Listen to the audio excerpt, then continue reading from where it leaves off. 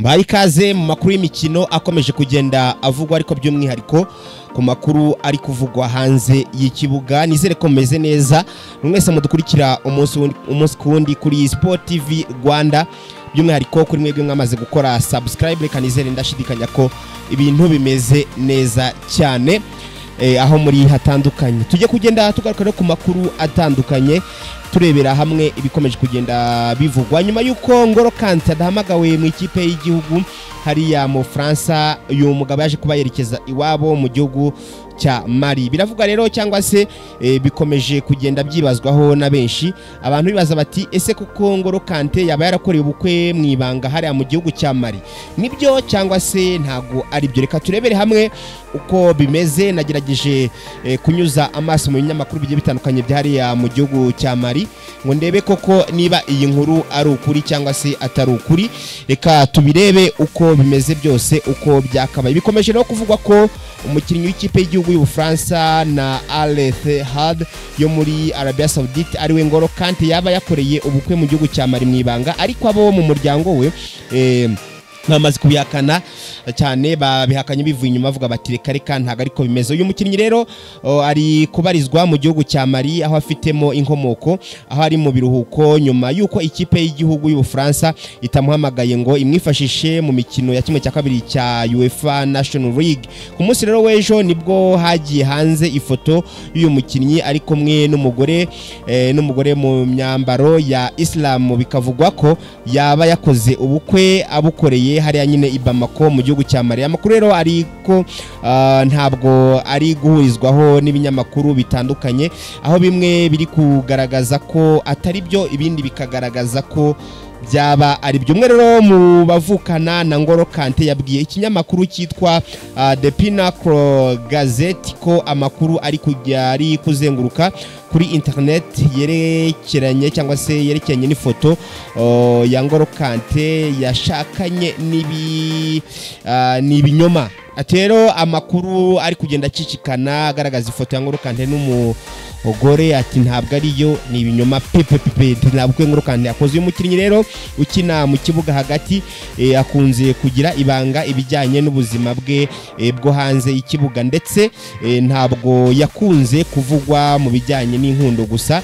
Hari umwe byigeze kuvugwa ko bari gukundana witwa Jude Lethra wahoze akundana n'umunyabigwi w'umupira w'amaguru Djibril Cissé. Gusa ibi bije nyuma yuko Ngolo Kante yubatse ibitaro muri Mali mu rwego rwo guteza imbere ibikorwa remezo by'ubuvuzi n'imibereho myiza y'abana muri Afurika.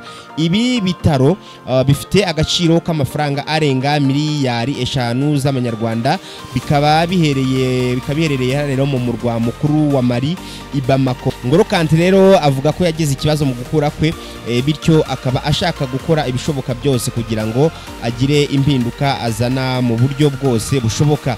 Ntabwo ari ibi gusa, uyu mukinnyi wegukanye igikombe cy'isi ari kumwe n'Ubufaransa amaze gukora muri Mali gusa, kubera ko yahaguze n'inzu aho yayiguriye abo mu muryango we. Ngolo Kante rero uzwiho kugira umutima mwiza. Ababyeyi be bakomoka muri Mali gusa we yavukiye mu gihugu cy'Ubufaransa. Ngira ngo umukobwa muri kumubona ari kumwe n'icyamamare Ngolo Kante. Ibyo ngibyo twavuga kuri uyu mukinnyi. Mu yandi makuru akomeje kugenda avugwa mu mikino, reka twerekeze muri Argentina. Ibintu ntabwo ari shyashya, ishyamba ntabwo ari rigero habe namba. Nyuma rero yuko uwitwa Lionel Messi na Lautaro Martinez nawe rero yaje kuba akurwa mu ikipe y'igihugu ya Argentine. Mbega byagenze bite? Rutahizamu rero wa Argentine Lautaro Martinez ntazagaragara mu mikino ibiri ya Albiceleste, ikipe y'igihugu ya Argentine yo gushaka itike y'igikombe cy'isi cya 2026, aho bazacakirana na Uruguay ndetse na Brazil. Uyu mukinnyi wa Inter Milan yagize ikibazo cy'imitsi cyangwa se icyitwa hamstring ku kibero cy'ibumoso, bituma rero asezererwa mu mwiherero w'ikipe y'igihugu. ishyirahamwe ry'umupira w'amaguru ryahariya mu gihugu cya Argentine FA ryatangaje ko Martinez w'imyaka 27 yagaragaje uburibwe bw'imitsi ubwo yari ku ntebe y'abasimbura mu mukino wa kabiri wa Champions League aho ikipe ye yatsinzemo Feyenoord nubwo yaje gusubira mu kibuga agatsinda igitego mu mukino Inter Milan yatsinzemo Atlanta ibitego biri ku busa nyuma yo kwinjira mu mwiherero wa La Celeste basanze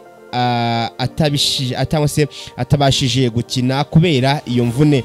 Si Martinez wenyine gusa utazagaragara muri iyi mikino ikomeye kuko Argentine izakina idafite kapiteni ariwe Lionel Messi nawe ufite imvune y'imitsi. Hari kandi abandi bakinnyi barimo Gonzalo Montiel, Giovanni Lo Celso na Paulo Dybala bose bafite imvune zitandukanye. Argentine rero ifite igikombe cy'isi cya 2022 ndetse na Copa America 2021 niyo iyoboye urutonde rw'amakipe muri Amerika y'Epfo ahatanira itike yo gukina igikombe cy'isi cya 2026 ayifite amanota 25 mu mikino 12. Kuri uyu wa gatanu bazasura Uruguay ikipe iri ku mwanya wa kabiri hanyuma nyuma y'iminsi 4 bakiri Brazil iri ku mwanya wa gatanu.